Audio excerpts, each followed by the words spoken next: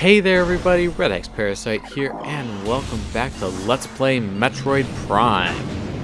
In the last episode, we got the thermal visor, backtracked our way out of the space pirate base in Adrian Drifts, and we confronted enemy Fartis, which gave us the spider ball. So in this episode, we're going to be exploring a new section of Magmar Caverns on our way to get our next upgrade. So, Senior Functional will not currently receiving power. 3 nearby power conduits must be energized for it to open. And it's telling you how to activate those conduits again. So we're going to have an extended puzzle here. Now, the first of the conduits is right here.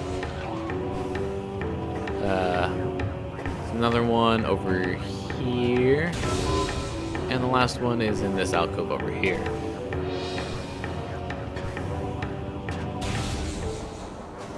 Also, fun fact, that piston that's going up and down is not actually solid, so if you jump on top of that, which you can totally do, it will just kind of move through you. At least, I'm pretty darn sure. Let's go and find out. There is going to be a timed aspect to this puzzle right here, but, yep, I was right.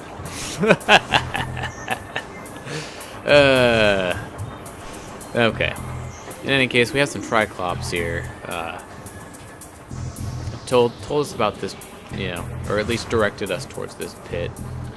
So if you want to make your life easy, actually, you can get rid of these Triclops.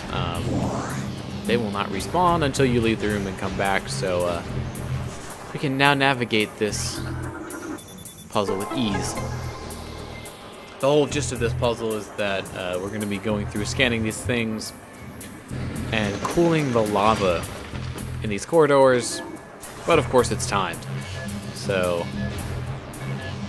yeah, using the boost ball here, definitely a good idea. I've never really had problems with running out of time on this. You can also move backwards when you scan these things and it'll save you like maybe a second or so. Now, I do believe the last timer is actually the most strict. So just as long as you know where you're going... Oh, crap. Why did I get stuck there? That was really weird. But at the end of it is an energy tank, which we will definitely take. Always good to have more of those. Once you grab the energy tank, the timer will just deactivate, and you will be good to go, and it'll stay like that forever. So now that we have gotten that energy tank, we are going to be making our way. We don't have a map for it yet, but we're going to be heading towards that elevator. Our next destination is actually the Chozo Ruins. So in order to get there, we're going to have to go through Talon Overworld. Well, we could go all the way through the Magmar Caverns, but it's actually less time efficient to do that. So in any case, we have a new creature here, a puddle spore. Sentient floating lava mollusk protected by an impenetrable shell. Puddle spore opens when approached, attempting to intimidate with its size. When open direct fire to its mantle causes it to flip into a defensive position. If it can slam shut, it ejects a spread of harmful energy globules. So you can see it just did that attack there. But you can use them as platforms to cross the lava. Okay, that is just your standard burrower. Nothing new there. Got more puddle spores here. Now there's gonna be more to do in this room later, but we don't have the things that we need to do. Or, yeah, the things that we need to have in order to do what I'm talking about. Let's see, in this room... Oh, here's a fun little thing that you can do. There are these hanging rock structures, which apparently count as a research entry in our logbook, so that's interesting. Make sure you scan one of these. They appear in multiple places in the game, though, so don't worry if you accidentally shoot one before you scan it. But you can dislodge them from the ceilings using concussive blasts, so just fire a missile at it. It will break off, and it'll insta-kill that Magmor if you don't, you know, take it out yourself first. But we have kind of more, this isn't Lava Lake. Yeah, this is Twin Fires, so kind of similar to the Lava Lake area in the other room, although we have more of these stalactites. I missed. I missed. I'm going to try to take out some of these poppers before we get around to them. Move to this platform where the Magmor can't get to us. And just shoot it with the wave boom a few times. Got some poppers around this stalactite. Other than that, though, yeah, it's pretty straightforward. You just kind of make sure you clear everything out in this area before you do anything. Now, these two fires, or spouts or whatever, will always be going. Oh, hey, we have another opportunity to do this. Good night. So these two, actually, these are really weird, you know, esoteric things that I know about the game. They were different in the GameCube version. The one that is intermittent here was not actually there in the GameCube version. They were configured differently. But they changed it in the PAL version, and of course it's reflected in the Wii version as well. It's just a little minor difference that they changed. But this room, the Twin Fires Tunnel, leads us right to Talon Overworld West. So the reason that we didn't go here before, obviously we can't cross it. Now, there is a way to cross this room without the spider ball, but it's only in the GameCube version. So we can't do it ourselves. Not that it really would have benefited us much. Anyways.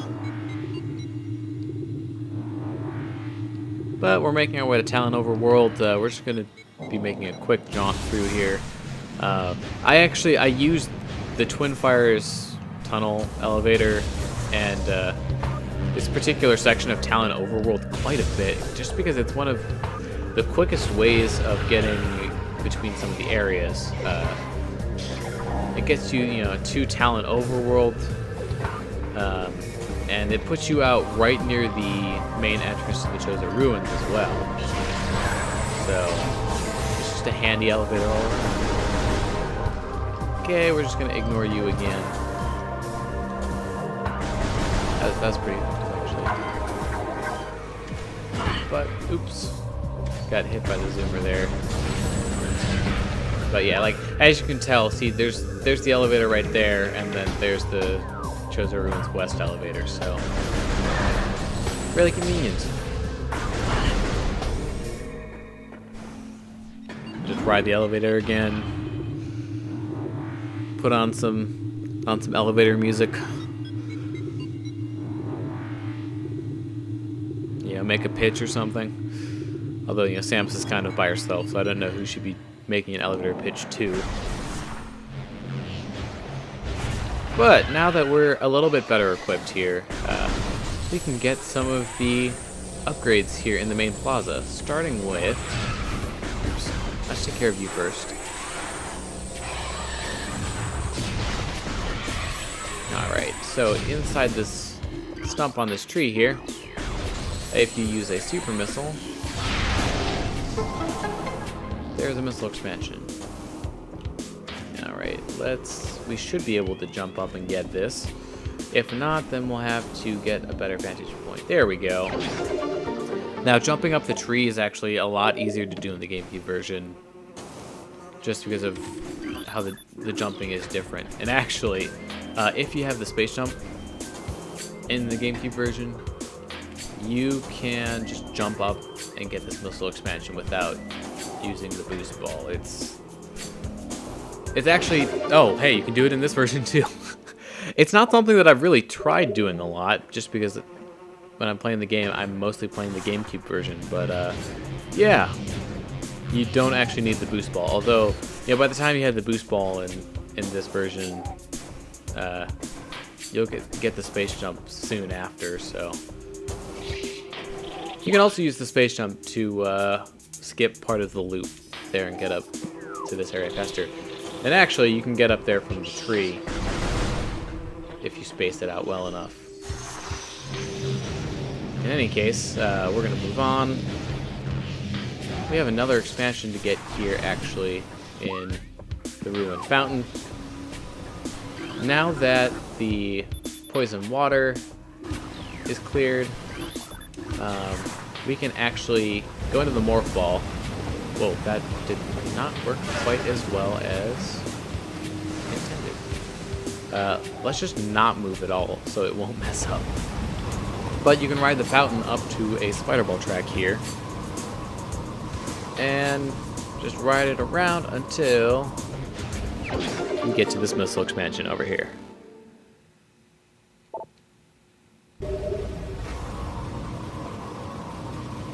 Oops. That is not what I meant to do. Once you get up the track, you don't actually have to ride the spider ball track all the way back. You can save yourself a little bit of time that way. But we're just going to kind of jump through.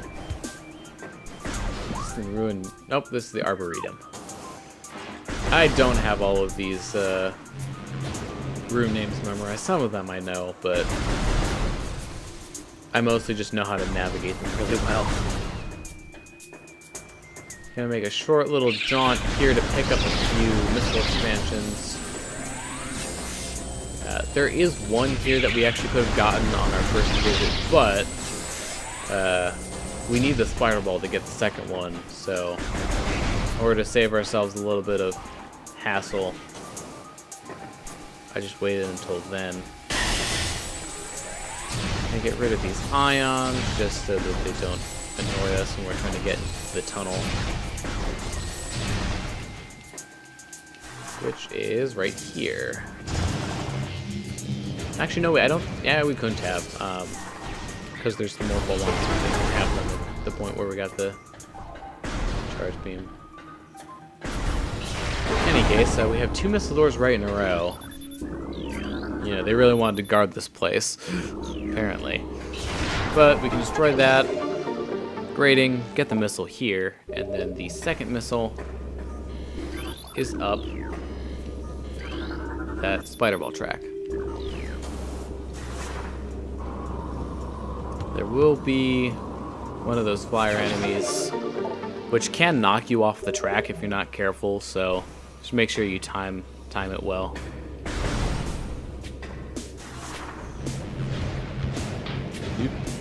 Ran into a wall there. I ran into another wall. I'm really good at running into walls, apparently. Of course, the IORs are all back because we went, 2 rooms away. That is typically the distance at which enemies will respawn if you go more than one room. Just gonna ignore you. Move on with our lives. So now that we have the space jump, we can actually clear this room really quickly. So that is the fastest way to get up to that door from where you get the charge beam.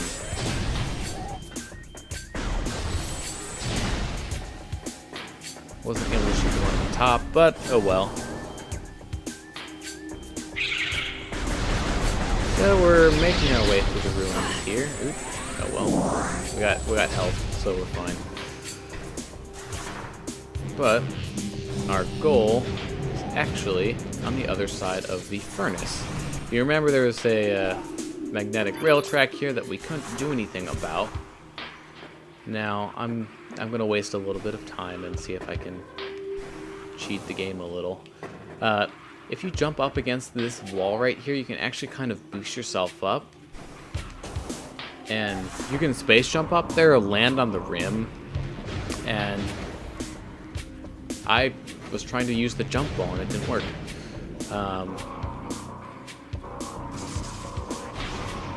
Okay, so this is actually kind of funny. You can attach to the spider ball track incorrectly. And as you can see, you can actually like morph ball jump your way up it, but you won't be able to actually get in the hole that way, so let's see. But yeah, so now we can go this way that we we have the spider ball. There's more to do in this room, however, we need to be able to destroy the floor here, which has Vendesium, and we can't do anything about that just yet. But we can get this scan, which is the plated parasite, a hardy member of the parasite family, invulnerable to most weaponry. Cousin of the parasite, these creatures are known for their amazing resilience, weakness to morph ball delivered weapon system. So basically they're weak to bombs, but we can't do anything about that yet. There's an ice beam door, but above this morph ball tunnel is a Chozo lore entry. What is this otherworldly pestilence that infests the land, seeking out its life and its blind need for corruption? And where did the meteor that brought it originate? Was it crafted by alien hands, or is it a roving chunk of a planet that suffered a violent end? Our minds quail in horror at the thought that long ago, in some corner of the universe as yet unseen by our eyes, an entire planet was perhaps once coated with this great poison. Whatever cataclysm may have ruptured that doomed place must have been mighty indeed. And if other meteors from it spread through space, bearing this evil to the far corners of the universe, we hold fast to the hope that this is not so. That the only surviving remnants of this evil are here on Talon 4, then at least there is hope for its eradication. So yeah, that would definitely suck if, this wasn't the only case where, Phazon ended up somewhere. But we are finally kind of progressing into a new area here. So here we have the crossway. You can see there is an inactive morph ball bomb slot up there. There's a missile expansion. And there's a half pipe. So let's use the boost ball. Get up on the other side of this half pipe. There are actually 3 Chozo lore entries here as well. To the entrusted one. If you read these words, then our hope has not been in vain. Your path is fraught with danger. Monstrosities beyond description lurk in the shadows, starving, hunting for prey, searching for ways to quench the poisonous urges that bloom in their brains. Some of these are shrewd, but they are blinded by their evil designs. Believing in the black promise of the great poison, they seek to harness it for their own ends. It is these last that are the greatest danger. When you rid the universe of these creatures, you will be the true and trusted one. So they're talking directly to us. Recording to logbook. None know if our temple of the cradle will prove powerful enough to contain this evil forever. For now, it wraps around that abomination, cutting it off from the world above. However, we believe that the power or cipher, which has been produced by linking the 12 artifacts, should be strong enough. The fate of this world is now left to the one who will collect all the artifacts in the future. The time when the entrusted one knows is approaching. Recording to logbook. Many Chozo are gifted with the distant sight, and even more begin to learn it as our harmonization with the universe becomes more and more complete. We peer forward, seeing prophecy in the ripples of the water, hearing rumors of coming days on the breath of the wind. Though we celebrate the distant sight, many of these visions are dark. The worst of the prophecies, and the most common, tells us of the coming of the worm. Born from parasites, nurtured in a poison womb, the worm grows, devouring from within, until the world begins to rot.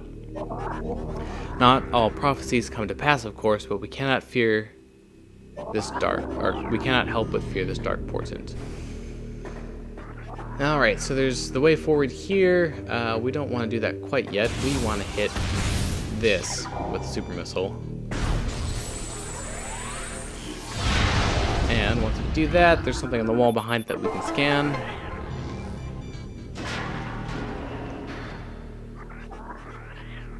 And we see a spider ball track appear up on the wall there. So we're going to need to use the half pipe again. This time we're actually going to need to get a lot more height, which we were able to do. And right there you can see the effectiveness of using morph ball bombs on spider ball tracks. Some of the spider ball tracks later in the game will require you to do that. They get quite intricate, and they'll get even more intricate as the Prime series goes on. They had a lot of fun with those. But once we hit the second bomb slot, it will lower that elevator. It is on a timer. Not that it really takes all that long to get to it, but hey, it's something that you can mess up, so keep that in mind. And we are able to kind of finagle our way around that and get up the boost ball half pipe faster. But oops, I missed a few. I think we're gonna cut it off here. So thank you very much for watching this episode of Let's Play Metroid Prime. I've been redxparasite, signing out.